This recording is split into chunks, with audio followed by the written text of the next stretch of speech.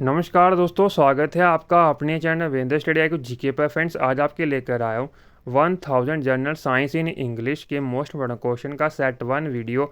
अगर आप किसी प्रिपरेशन कर रहे हो SSC, UPSC, railway, NDA, CDS, AFCAT या फिर कोई भी स्टेट एग्जाम, सारे क्वेश्चन आपके लिए इंपॉर्टेंट। आपके सारे क्वेश्चन इंपॉर्टेंट और सिलेक्टिवली हैं। इस वीडियो को एंड तक ज़रूर देखिएगा।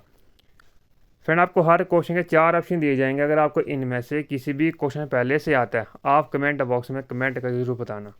तो स्टार्ट कर लेते हैं। फर्स्ट क्वेश्चन है, how many bones present in human ears? Option are 6 bone, option B 5 bones, option C 4 bones and option D 7 bones. तो आंसर क्या हो जाएगा? ऑप्शन ए, यानी कि total 6 bones are present in human ear, यानी कि 3 bone एक कान में होती और 3 बोन दूसरे कान में, टोटल हो जाएंगे 6 बोन्स। जो इन 3 बोन्स का जो नाम है, जो यहाँ पर जो 3 बोन्स की बात हो रही है, उसके नाम देख लेते हैं। पहली है इनकस, सेकंड इज मेलियस, और जो थर्ड है ना, उसको हम बोलते हैं स्टेप बोन। फ्रेंड्स, कई बार क्वेश्चन एग्जाम में पूछा जाता है कि जो हमारी बॉडी है, ह्यूमन बॉडी, उसमें जो स्मॉलेस्ट बोन है ना, उसका नाम क्या है और वो कहाँ पर पाई जाती है? तो आंसर क्या हो जाएगा? Step bone is the smallest bone in human body and it is present in human year. बात हो रही है स्मॉलेस्ट बोन की, तो आपको ये पता होना चाहिए साथ में कि जो हमारी बॉडी में स्मॉलेस्ट मसल है वो कौन सी है। तो आंसर क्या हो जाएगा? Stapedius muscle. ये भी हमारे कान में पाई जाती है, तो आप इसको भी याद रखिए। ये भी क्वेश्चन आपको एग्जाम में पूछा जा सकता है। फ्रेंड्स, स्मॉलेस्ट की बात हमने कर ली, तो आपको ये पता होना चाहिए कि लार्जेस्ट बोन कौन सी होती है हमारी बॉडी में, या फिर लॉन्गेस्ट बोन कौन सी होती है हमारी बॉडी में। तो आंसर क्या हो जाएगा? फीमर, जिसको हम थाई बोन के नाम से भी जानते हैं, जो कि लॉन्गेस्ट बोन होती है हमारे पूरे बॉडी में। अगर आपसे ये पूछा है कि जो लार्जेस्ट मसल है हमारी बॉडी में वो कौन सा है, उसका नाम क्या है, वो कहाँ पर पाया जाता है, तो आंसर क्या हो जाएगा? ग्लूटस मैक्सिमम या फिर बकटॉक मसल, जो कि हमारे हिप जॉइंट में पाया जाता है। आप इसको भी याद रखिए, दोनों क्वेश्चन कई बार एग्जाम में पूछा गया, तो आपके लिए भी इंपॉर्टेंट है।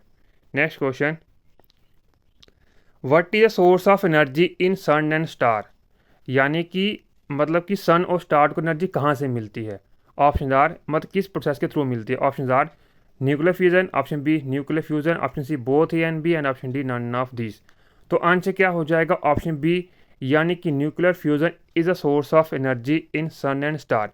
अब बात फ्रेंड्स, यहाँ पर ये तो प्रोसेस है बेसिक न्यूक्लियर फ्यूजन, जिसकी वजह से सन और स्टार को एनर्जी मिलती है। बट जो न्यूक्लियर फ्यूजन रिएक्शन होता है वो किन दो एलिमेंट के बीच में होता है? तो आंसर हो जाएगा हाइड्रोजन और हीलियम। आप इसको याद रखिए, ये क्वेश्चन भी एग्जाम में पूछा जाता है, तो आपके लिए भी इंपॉर्टेंट है। Next question, which device is use for to examine internal parts of body? Option are cardiogram, option B periscope, option C endoscope, and option D both B and C. Friends, question basically पूछा गया था कि जो हमारे body के internal part होते हैं ना, उनको एग्जामिन करने के लिए या फिर उनको देखने के लिए वो सही वर्क कर रहे हैं कि नहीं कर रहे हैं, या फिर उनमें कोई फॉल्ट या कोई डिफेक्ट तो नहीं है, तो उसको एग्जामिन करने के लिए इनमें से हम कौन सा डिवाइस बेसिकली यूज़ करते हैं या फिर डॉक्टर यूज़ करते हैं? 4 ऑप्शन दिए गए थे। Option are cardiogram, option B periscope, option C endoscope, and option D both B and C. Answer क्या हो जाएगा? ऑप्शन सी, यानी कि endoscope device is use for to examine internal part of body. Important question है, कई बार exam में पूछा गया है। फ्रेंड, जो 3 ऑप्शन दे रखे ना आपको साथ में, जैसे कि कार्डियोग्राम, इसका यूज़ देख लेते हैं। It is use for to trace the movement of heart and recorded on the cardiograph. अगर हम बात करें पेरिस्कोप की, तो ये बेसिकली यूज़ किया जाता है सबमरीन में, ताकि जो ऑब्जेक्ट सी लेवल के ऊपर हो ना, उनको देखने के लिए। तो एंडोस्कोप में मैंने बता ही दिया, ये इंटरनल बॉडी पार्ट्स को एग्जामिन करने के लिए यूज़ किया जाता है। तो जितने भी ये तीनों क्वेश्चन भी, ये जैसे कि कार्डियोग्राम के रिगार्डिंग और पेरिस्कोप के रिगार्डिंग भी कई बार एग्जाम में क्वेश्चन पूछा जाता है, तो आपके लिए भी इंपॉर्टेंट है। Next question, which one of the following is called the digestive bag in cell? Option are Golgi body, option B mitochondria, option C ribosomes, and option D lysosomes. Friends, question basically ये पूछा गया था कि इनमें से किस digestive bag को इनमें से किसको हम डाइजेस्टिव बैग ऑफ सेल भी बोलते हैं? 4 ऑप्शन दिए थे, Golgi body, mitochondria, ribosome, lysosome. तो आंसर क्या हो जाएगा? ऑप्शन डी, यानी कि lysosome is also known as digestive bag, या फिर इसको हम सुसाइडल बैग के नाम से भी जानते हैं। आप इसको भी याद रखिएगा। ये क्वेश्चन कई बार एग्जाम में पूछा गया, आपके लिए इंपॉर्टेंट। अगर आपसे ये पूछा जाए कि पावर हाउस ऑफ किसको बोला जाता है, पावर हाउस सेल किसको बोला जाता है, तो आंसर क्या हो जाएगा माइटोकॉन्ड्रिया। अगर आपसे ये पूछा जाए कि सेल वॉल जो होती है वो किस में एब्सेंट होती है, एनिमल सेल में या फिर प्लांट सेल में, तो आंसर क्या हो जाएगा एनिमल सेल।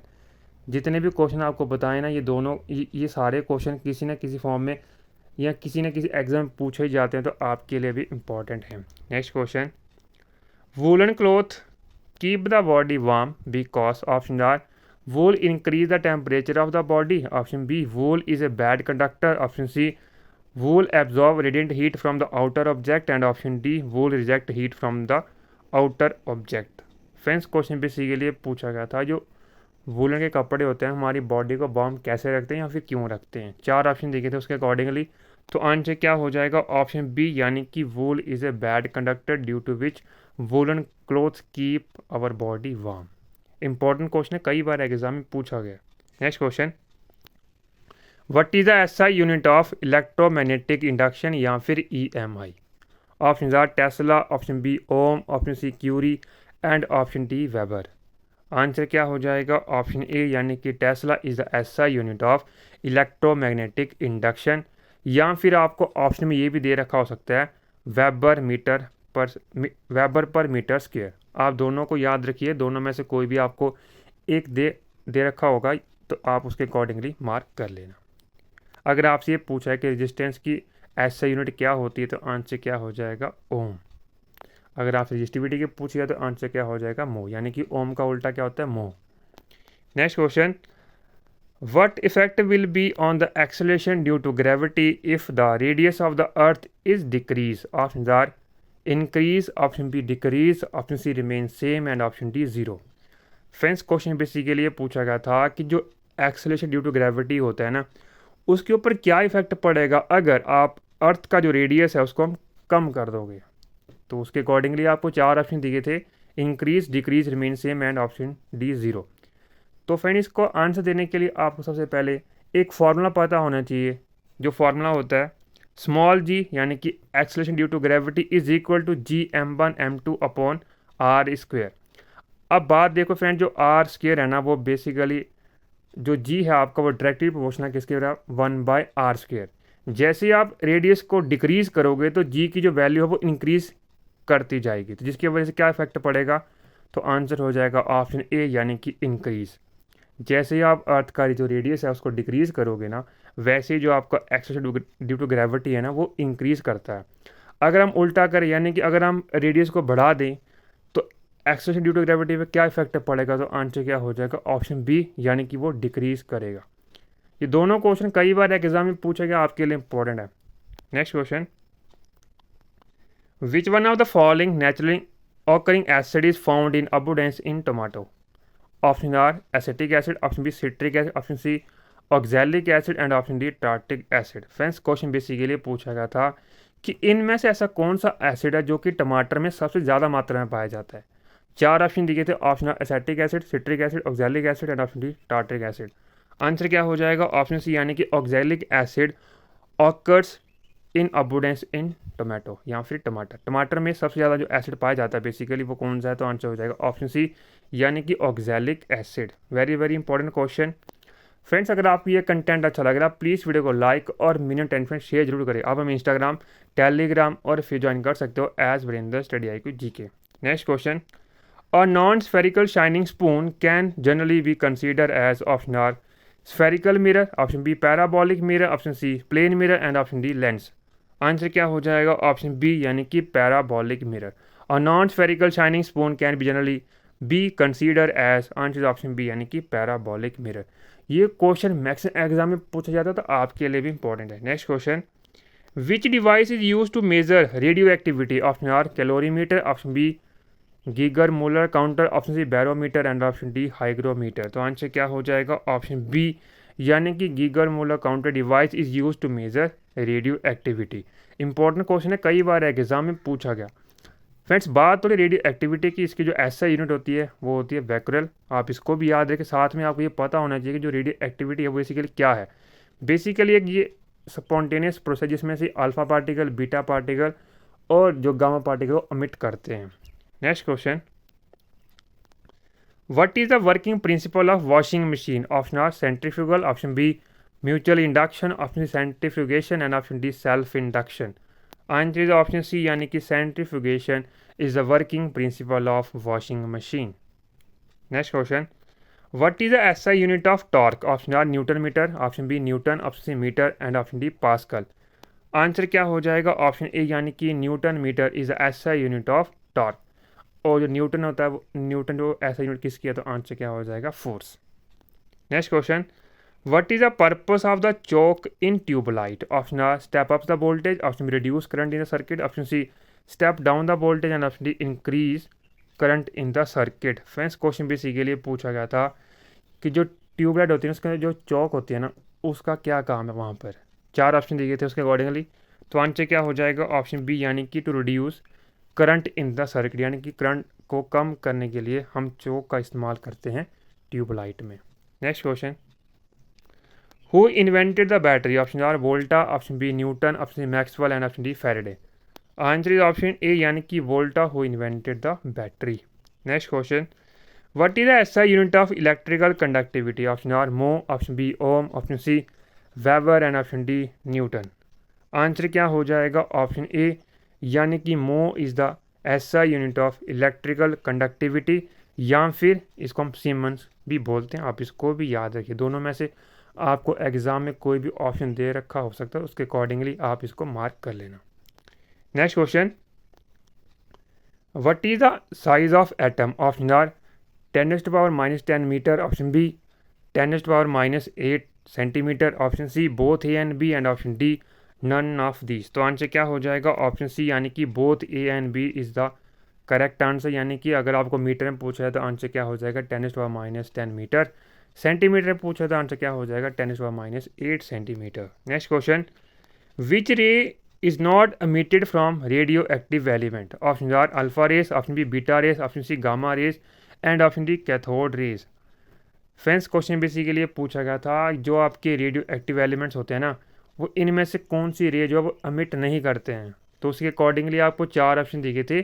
तो आंसर क्या हो जाएगा? ऑप्शन डी यानी कि cathode rays is not emitted from the radio active element. Very very important question. Next question, redness in apple is due to? Option A anthocyanin, option B lycopene, option C carotene and option D anthophyll. Answer क्या हो जाएगा? Option A यानी कि anthocyanin. Friend जो Apple में थोड़ी सी redness होती है ना, वो किसके कारण होती है? तो आंसर हो जाएगा ऑप्शन ए यानी कि एंथोसाइनिन। अगर आपसे ये पूछा जाए कि जो गाय का जो दूध होता है ना, वो थोड़ा येलोशी कलर का होता है, तो क्यों होता है? तो आंसर क्या हो जाएगा? कैरोटीन की वजह से। यानी कि जो आपका ऑप्शन सी है ना यहाँ पर, उसकी वजह से जो गाय के दूध का जो कलर थोड़ा येलोशी कलर का होता है। आप इसको भी याद रखिए, ये दोनों क्वेश्चन कई बार एग्जाम में पूछा गया, आपके लिए इंपॉर्टेंट है। Next question, if moving body doubles its velocity then its kinetic energy become? Option are double, option B 4 time, option C same and option D 3 times.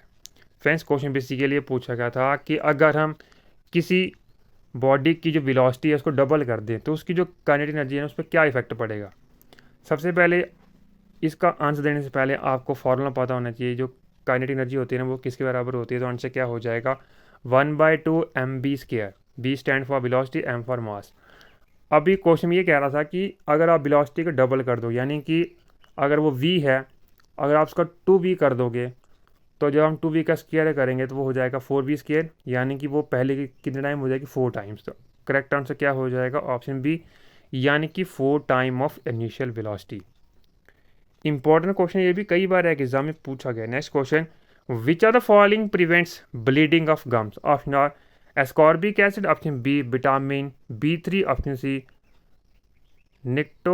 Nicotine amide and option D thiamine. Answer क्या हो जाएगा? Option A यानी कि ascorbic acid या फिर vitamin C prevent bleeding of gum. Important question है, कई बार एग्जाम में पूछा गया। Next question, keratomalacia occurs due to deficiency of which vitamin? Option A vitamin C, option B vitamin B, option C vitamin A and option D vitamin D. तो answer क्या हो जाएगा? ऑप्शन सी यानी कि due to the deficiency of vitamin A keratomalacia occurs। Next question, mutation in the virus is cause due to इस change in option sell size, genetic material, shape and option D colour. Friends question basically ये पूछा गया था कि आपने सुना होगा जो साइंटिस्ट या डॉक्टर लोग होते हैं वो ये कहते हैं कि वायरस ने अपना रूप बदल लिया। तो बेसिकली वो अपना रूप कैसे बदलता है, मतलब उसमें उसकी बॉडी में से कहाँ पर चेंजेस होते हैं जिसकी वजह से अपना रूप बदल लेता है वो। तो उसके अकॉर्डिंग 4 ऑप्शन दिए गए थे। Option R cell size, option B genetic material, option C shape size shape and option D colour. Answer is option B यानी कि जेनेटिक मटेरियल। इंपॉर्टेंट क्वेश्चन है, कई बार एग्जाम में पूछा गया। Next question, which one of the following phenomena verifies the fact that light travel much faster than sound. Option R twinkling of star, option B lightning of a match stick, option C thunderstorm and option D mirage. Answer क्या हो जाएगा, option C यानी कि lightning of answer is option C यानी कि thunderstorm. Friends question basically पूछा गया था कि ऐसा कौन सा फिनोमेना इनमें से जो कि वेरीफाई कर देगा कि जो स्पीड होती है लाइट की वो ज़्यादा होती है एज़ कम्पेयर टू साउंड। तो आंसर क्या हो जाएगा, ऑप्शन सी यानी कि थंडरस्टॉर्म। फ्रेंड जब भी थंडरिंग होती है ना, लाइटनिंग जिसको हम कहते हैं बिजली कड़कना, जब भी वो होता है तो उस टाइम क्या होता है कि पहले आपको लाइटनिंग होगी उसके बाद ही साउंड आती है, जिसकी वजह ये वेरीफाई हो जाता है कि जो आपकी स्पीड होती है लाइट की वो ज़्यादा होती है as compare to sound. Next question, refraction of light as it enters from one transparent medium to another is due to। Friends question basically पूछा गया था कि जब कोई लाइट एंटर करती है one transparent medium to another तो refraction of light हो जाता है, वो क्यों होता है आपसे ये पूछा गया क्वेश्चन में। 4 ऑप्शन दिए थे। Option R change in temperature of the media, option B change in the amplitude of the light, option C change in the speed and option D internal property of light. Answer option C यानी कि change in the speed of the light is the correct answer, क्योंकि friend जब भी light एक medium से दूसरे medium में enter करती है ना, उसकी जो स्पीड होती है लाइट की उस पर इफेक्ट पड़ता है, जिसकी वजह से रिफ्रैक्शन ऑफ लाइट होता है। Next question, where should an object is placed in the front of convex lens to get a real and large image of the object. Option R at twice the focal length, at infinity, between the principal focus and twice the focal length and option D beyond twice the focal length. Answer option C यानी कि between principal focus and twice the focal length. Next question, what is the location of intercalary meristem in plants. Option R base of the leaves और internodes, stem और roots, tip of stem and leaves and option D base of the flower pedicel. Answer क्या हो जाएगा, option A यानी कि base of the leaves और internodes intercalary meristem found. Important question है, कई बार एग्जाम में पूछा गया। तो फ्रेंड 25+ क्वेश्चन थे और फ्रेंड ये पार्ट फर्स्ट है 1000 जनरल साइंस क्वेश्चन का। आने वाले दिन में आपको इसके और पार्ट दे दिए जाएंगे और साथ में वही क्वेश्चन कराए जाएंगे जो सिलेक्टेड होंगे, इंपॉर्टेंट होंगे आपके एग्जाम के लिए। तो friends thank you so much video, please like share and comment. मिलते हैं नेक्स्ट में अच्छे topic. Thank you so much and wish you all the best for upcoming exam. Thank you so much.